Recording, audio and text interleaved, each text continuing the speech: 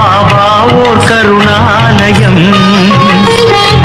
பாதம்தான் கமலாலயம். பாபா ஓர் கருணாலயம், பாதம்தான் கமலாலயம். சாயப்பா உறவுகள் அனைவருக்கும் வணக்கம். இந்த நாள் உங்களுக்கு இனிய நாளாக அமைய சாயப்பாவின் அருள் கிடைக்கட்டும். கேட்பதையெல்லாம் தரும் சாயப்பாவின் இன்றைய அருள்மொழியை கேட்போமா? அன்பு குழந்தையே, இந்த செய்தி காரணம் இல்லாமல் உன் கண்களில் படவில்லை செல்லமே. அப்பா உனக்காக உருவாக்கி வைத்திருக்கும் அழகிய உலகத்தை உன்னிடம் சொல்லவே இதை உன் கண்களில் பட வைத்துள்ளேன். அதை பற்றி உன்னிடம் சொல்லவா? உனக்காக நான் உருவாக்கியுள்ள வாழ்க்கையில் நீ வெற்றி மேல் வெற்றி பெற்று மதிப்புக்குரிய நபராக வாழ்கிறாய். நீ போதும் போதும் என்கின்ற அளவுக்கான பணம் உன்னிடம் சேர்ந்துள்ளது. நீ ஆசைப்படும் உறவு உன்னிடம் பாசமாகவும் நீயும் உன் குடும்பமும் சந்தோஷமாக நோய் நொடி இல்லாமல் மிகவும் மகிழ்ச்சியாக வாழ்கிறீர்கள். அப்படிப்பட்ட ஒரு சந்தோஷமான வாழ்க்கையை தான் நீ வாழப் போகிறாய். அதை விரைவில் பெற தினமும் காலை எழுந்ததும் இரவு தூங்குவதற்கு முன்னும் நான் கூறியது போல் வாழப்போகும் வாழ்க்கையை கற்பனை செய்து பார். உன் கோரிக்கையை நானும் இந்த பிரபஞ்சமும் நிறைவேற்றி தருவோம். இன்று நீ உலக வாழ்க்கையில் படும் துயரங்கள் நீ முன்பு செய்த வினைகளுக்கு ஏற்றவாறு நன்மையாகவோ தீமையாகவோ வெள்ளம் போல் உன்னை நோக்கி பாய்கிறது. நீ விரும்பிய வாழ்க்கையை அடையும் வரை எது நேர்கிறதோ அதை பொறுத்து கொண்டு எதிர்த்து சமாளித்து நிற்க கற்றுக்கொள். அதை விட்டுவிட்டு புலம்புவதால் எந்த ஒரு நன்மையும் கிடையாது. இந்த உணர்வுகளால் உன் உடல்நிலைதான் பாதிக்கும். உன்னுடைய கவலைகளை தூர எறி. உன்னுடைய துன்பங்கள் முடிவுக்கு வரும் நாள் வெகு தொலைவில் இல்லை. உன் வாழ்க்கையில் புயலாய் சூறாவளியாய் வந்த அனைத்து சீற்றங்களும் வந்த தடம் தெரியாமல் மறைய போகிறது. உன்னை பாதிக்கும் எந்த ஒரு நிகழ்வையும் தூக்கி எறிந்து செல். உன் மனதிற்கு ஒரு புத்துணர்ச்சி கிடைக்கும்.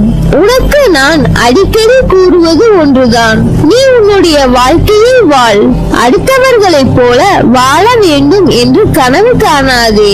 ஏனென்றால் நீ அவர்களை விட சிறப்பாக வாழ்வாய். அதனால் இப்போது இருப்பதை வைத்து மகிழ்.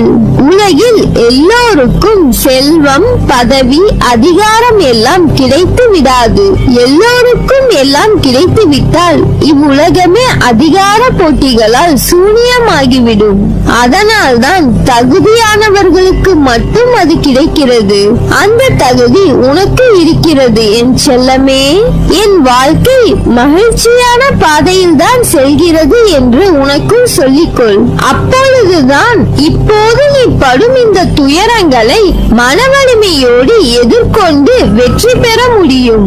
வருத்தப்படாதே, அழாதே, தோல்விகளை கண்டு துவண்டு போகாதே. துன்பத்தை பெரிதாக நினைத்து இன்பத்தை இழந்து போகாதே. இப்போது நீ படும் இன்பத்தையும் துன்பத்தையும் சமமாக ஏற்றுக்கொள். நீ விரும்பும் வாழ்க்கையை அடைய உன் மீது முதலில் நீ திடமான நம்பிக்கை கொள்ள வேண்டும். வீணாய் உன் நிம்மதியை தேவையில்லாத விஷயங்களுக்காக தொலைத்துக் கொள்ளாதே. உனக்கு வரவேண்டிய நேரத்துக்கு எல்லாம் நல்லபடியாக வந்தடையும். அதற்கான காலமும் நெருங்கிவிட்டது. ஏக்கங்கள் கொள்ளாதே, அது உன்னை வெறுமையாக்கிவிடும். நமக்கென்று சாயப்பா தரும் எல்லாம் நன்மைக்கே. சில விஷயங்கள் நடக்க தாமதமானாலும் அதற்கான காரணம் நமக்கு நல்லதாக மட்டுமே இருக்கும் என நம்பு. நல்லது என்ற விஷயம் கிடைக்க தாமதமாகலாம், ஆனால் உனக்கு கண்டிப்பாக நல்லதே நடக்கும். என் கையில் இருந்து ஆசி பெற்று சந்தோஷமாக வாழ்வாய். உனக்கு நிறைய வாய்ப்புகளும் காலங்களும் உள்ளன.